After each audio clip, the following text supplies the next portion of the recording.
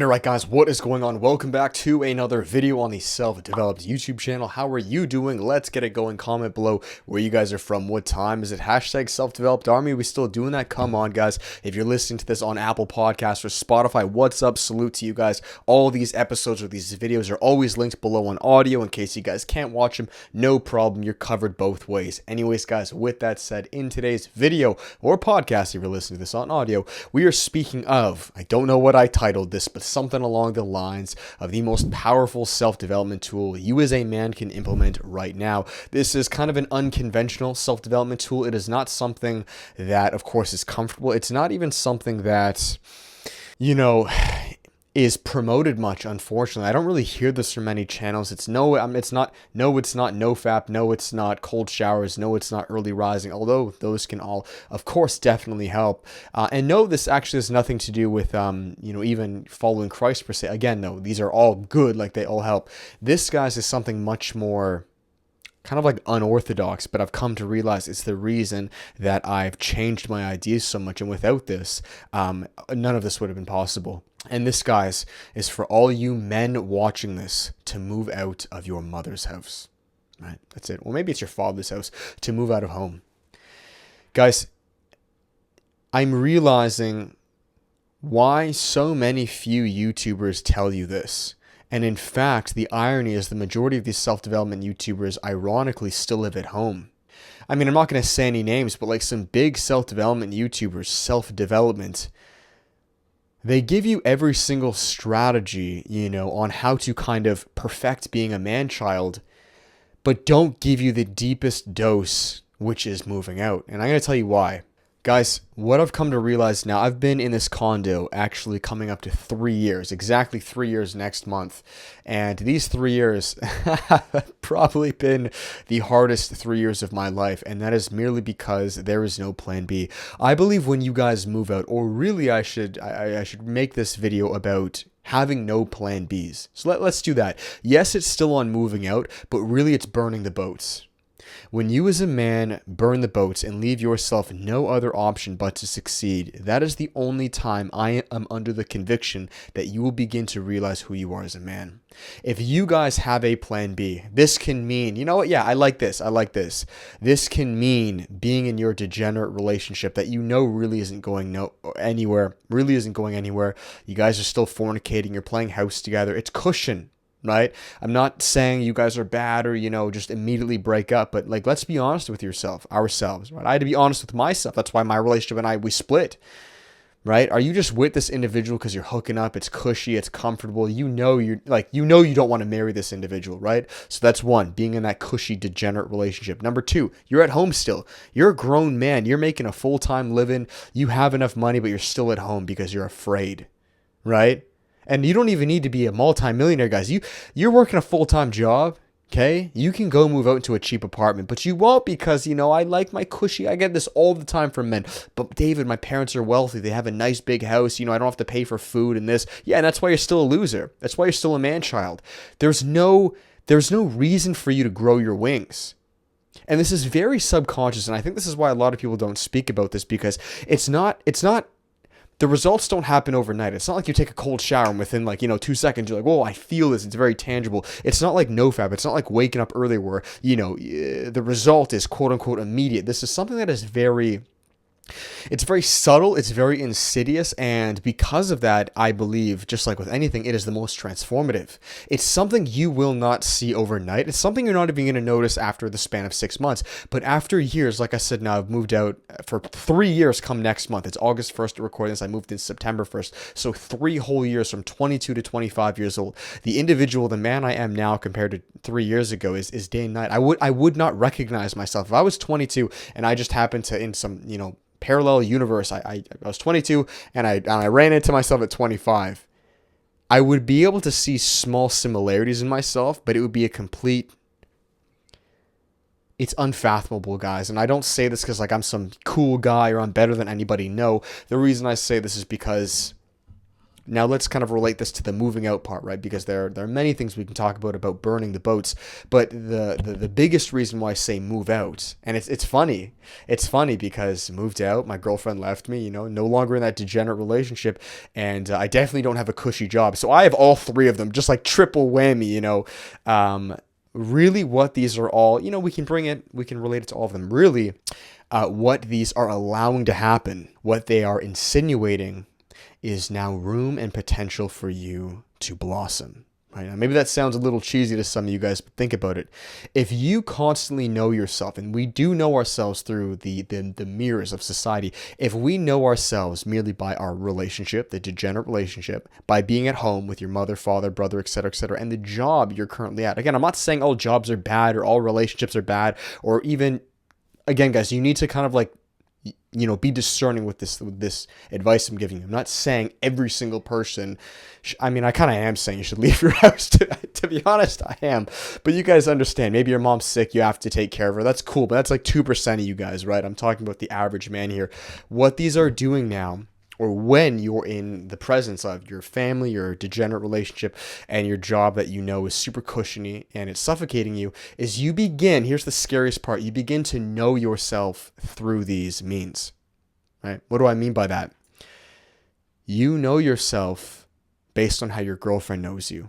You know yourself based on what your family thinks about you. Ooh, this is getting deep. Your family holds political beliefs and ideas. They have certain vibes about them. Well, you're naturally going to take that on yourself, even without knowing, right? You're going to eat when they eat. You're going to go to bed when they go to bed. You're going to more or less kind of think the same ideas as them, even if you differ a little bit. You're under their house, right? Your girlfriend, she thinks different political beliefs about you. She's not a Christian. She's not with Christ. Well, then why would you? Oh, your job, they're all, I don't know, fat, lazy, or they do these certain activities every single Friday. Well, then you're going to as well. Guys, we're a product of our environment. That's really kind of where I'm going with this. And when you move out, right? When you move out or you're in this vacuum, you're not in that relationship anymore. God is truly able to work on you. Ooh, boy, that's it, guys. When I moved out, I noticed growth. I kind of think of it like a chart, right? It started to grow. I was able to really formulate my own ideas, my beliefs, just become your own man. This is so important, guys. And that comes through turmoil, confusion, through figuring it out yourself. And it's a scary long-term road, right? But like I was saying, moving out, that was kind of like the rate of growth. Let's say it was like 30%, right? Because I was no longer with my mother, my brother. I'm not saying they're bad people, but we as men need to, really just kind of assess situations based on our own, free will. So 30%. And then when my girlfriend left, because I should have broken up with her years back, but I just couldn't, guys. I'll be honest with you. And it's not because I was a simp. In fact, it was the opposite. It was because I kind of told myself that if I broke up with her, because it was very rocky, but I told myself if I were to break up with her, I gave up, right? Because I was planning on marrying her, and I don't quit things, guys. I was with her for 5 years, so I prayed to God. I was actually speaking about this. I did a podcast with a guy today. I prayed to God and I said, God, this relationship is getting very rocky, and we're not equally yoked. What should I do? And then the day after, she actually broke up with me, and I took that as a sign from God to say, get out. And the second she did, I said, thank you. I never looked back. I didn't, come on. No. It was like, okay, that was what I was asking for. Goodbye. Because I was too prideful. I think that's what it was, to break up myself. I was telling myself a story that, like, no matter what, no matter how hard it gets, and maybe a lot of you guys can relate. It's like, don't break up, don't quit. But sometimes God's like, bro, he sometimes he's going to break it for you. Maybe it's a relationship, a job, whatever it may be. So where I'm going with this, though, is, by my moving out of my house, let's say 30%, when the relationship broke, 80 to 90%. When you put both of those together, man, you get on monk mode. You move out of your parents' house, you're working your job, you're making just enough money to support yourself, and you leave your degenerate friend group, relationship, etc., etc. Oh my goodness, this is not the advice the majority of you are going to want to hear. And in fact, only about 5% of you will actually take this advice, because the modern man will not do this. It's too scary. Men are afraid of the potential they have. So what they do is they constantly bombard themselves with like cushy, comforting people to distract themselves from their deepest purpose. And it's not because they know, this is my kind of belief, it's not because they believe they'll fail, it's because they're actually so afraid of their own success and their potential that it terrifies them. That was my case. I knew I would never fail, and I still haven't quote unquote made it, but that doesn't scare me. Failing doesn't scare me. What did scare me was my potential, because it's so unfamiliar. I'm going deep with you guys right now. It is so unfamiliar, that version of yourself that you have dreams about. He's so different. Like I said, the 22-year-old version to now, it's such a different, palpable version of yourself that you don't even recognize. And you know through doing that subconsciously that your entire lifestyle will change, your thoughts, your beliefs. You just don't know it. It's just unfamiliar. And if there's anything, guys, that terrifies humans, it is not being familiar, or it's the unknown. It's not, right? You know, people think like, oh, failure is terrifying. No, it's not actually failure. It's the unknown. So it's not that you're afraid to fail, you're afraid of not knowing the outcome, right? Because we actually fail all the time, right? Like if you know you're going to fail at something before you get better, it's not a big deal. Like if you do Brazilian Jiu-Jitsu or powerlifting, like it's a no-brainer. Like you're going to fail certain lifts, you're going to fail certain moves, you're going to get hit in the face. You know that, and because you know it, it's not really scary. Like it's expected. Right? But the reason people won't move out or won't leave that hometown or that friend group or whatever it is because they have no clue what's going to happen. They don't know if they're going to succeed. They don't know if they're going to fail. They don't know about this potential. It's just unfamiliar. And deep down, I would argue that almost all men actually know how successful they'll be. And that thought of success terrifies them more than failure. I think that was from a movie, right? From like Coach Carter or something like that. I didn't see the movie, but it was like, our greatest fear, some guy said it, right? Maybe you guys can quote me. He was like, our greatest fear is not that we are inadequate, but, you know, I don't know, more successful than beyond control or something like that. And that's fact. That is fact. That was my biggest fear growing up. I remember that vividly. As crazy as that sounds. So guys, at the end of the day, that's what this video is. I'm starting to get a little tired. I record these quite late.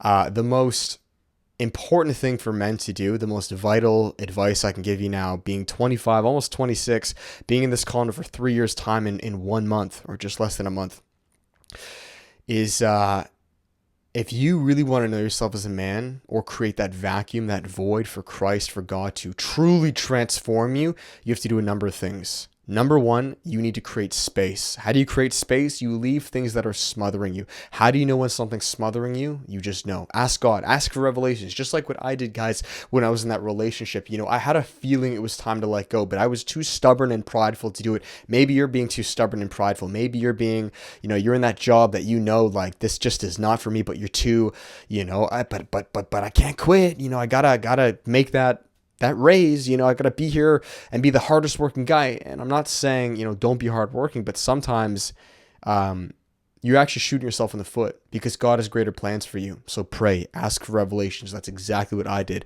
I said, God, you know, is this my future wife? Like, what do you want me to do? Because I was unsure. And I kid you guys not, the next day she split. And I took that as a sign from God to say, buddy, pack up and leave. And then from that, it was the best thing ever. I got on monk mode for 1.5 years. I found Christ. My whole life changed.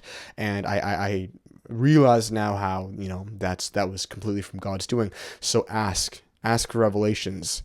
Is it time to move out? Is it time to leave that friend group? Is it time to leave that cushy, degenerate job that you know is just sucking your life away? It's completely comfortable. You have, you know, many years' salary saved up, but you don't even know yourself. That future potential version of you that you dream about, that you get glimpses of from God, you don't know him, and you never will in these situations. So please bite the bullet, create that space, that vacuum, and then this is kind of the part 2 that seals the deal.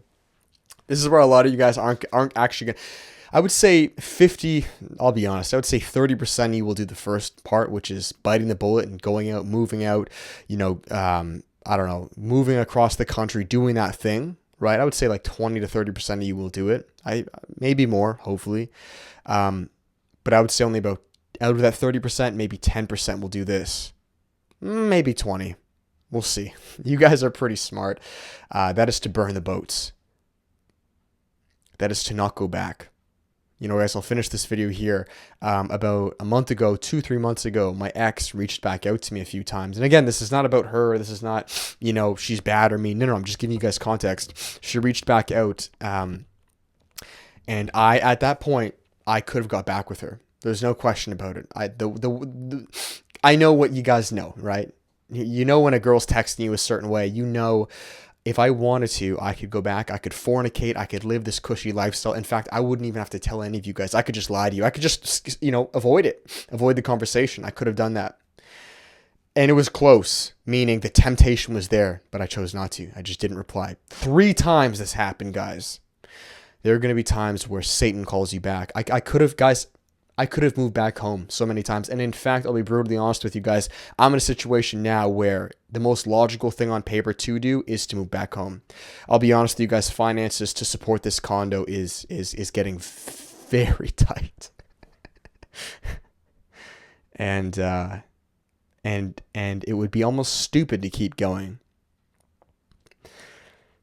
And maybe, going to get that quote unquote cushy job. And again, I pray that God, if this is in your will, if you want me to go to that job or go move back home or do these things, I'll be open to it. Let me know. But if you're really honest with yourself, and what God continuously shows me is he says, David, just continue to endure, continue to trust my plan, walk this path, and do so till the end. Do so till the last drop. I don't know if you guys think this way. I've always been this way. I do this till I'm fully done. If I have, let's say they're playing Mario Kart or something, right? If there's still like 1% of gas left in that little Mario Kart or your car, your go-kart, then you keep going. But David, what about I gotta go fill up gas. I need to secure this. If you still have a little bit of gas left, and I went on a road trip with my buddies the other day, and they can attest to this. They're like, why do you leave the gas to the very end? We actually didn't. They didn't think I would make it to the gas station. It was pretty wild because we were in Muskoka, and like gas stations are very far and few in between. And I told him, I kept saying, oh, how little faith you guys have. I'm kind of crazy like this, man.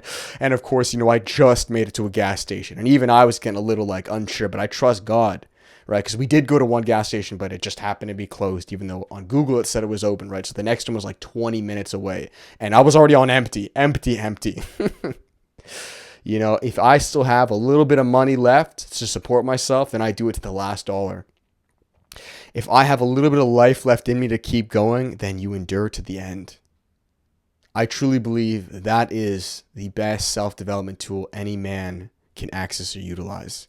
It is to move out to create space and then burn the boats.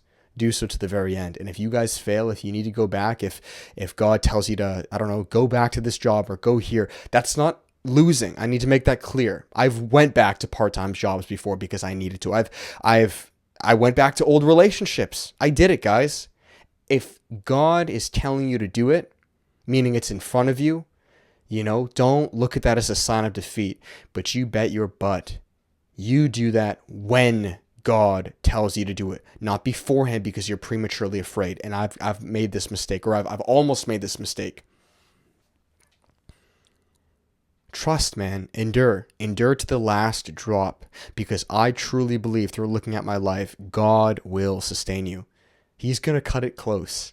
You guys will be on that last paycheck wondering how you're going to make next month's rent, wondering how you're going to get groceries, wondering how you're even going to be alive at times, where you're going to be, where the world's going to be. It seems like you can't go any longer. You've hit empty in your gas tank, but you show up to the last freaking drop.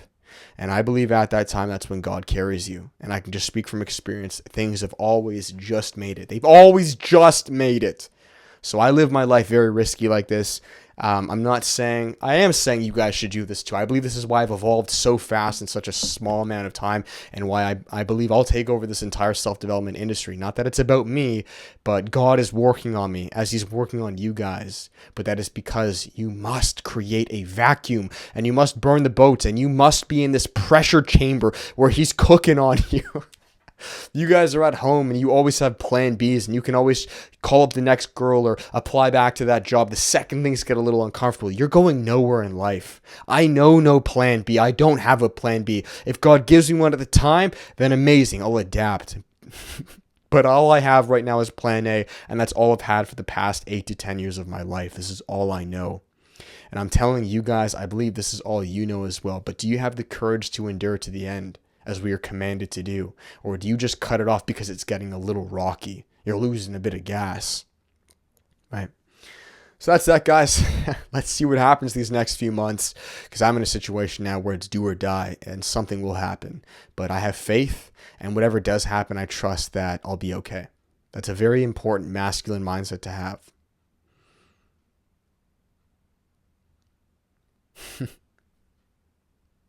Really be at your wit's end, the brink, the edge, the real edge, right?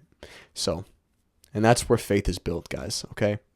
So you'll be okay. That is it. Endure to the end, soldier. And I will finish it there. If you guys enjoyed today's video, make sure to give it a thumbs up, comment, and subscribe. Let me know what you guys think below. If you resonate with these, if you're listening to this on Apple Podcasts or Spotify, you guys know what's up. How you doing? Give it a 5-star rating. I appreciate all of you guys, and I'll finish it here with the final plugs. If you guys are interested and would like to work with me on a personal level at anything of what I talked about in today's video, becoming a better man, learning to be bold, follow Christ, endure, or improve things like your fitness, business, mindset, and relationships, there is always one-on-one coaching. You guys know what's up. Book yourself a spot below. I love speaking with you, and we endure together. You guys can support Edge. Coupon code Hammond. Yes, back to Hammond, not developed. And that's that. All right, guys. I don't expect any handouts from you. I don't expect anything from you guys, to be honest. God is my savior. I rely on him. I rely on myself. And you as men do the exact same. So please, grow some faith. It's going to seem a little scary and almost as if you're crazy to the outside world. So sometimes, you just keep to yourself and you endure and you trust the plan to the very end. It's going to get close, but that's where you really see God's magic come through. Otherwise, you will acquire no faith. You will have no reason to grow wings. So that is that, guys. I love you all. Check you next video. Keep enduring. Till then, much love. Peace.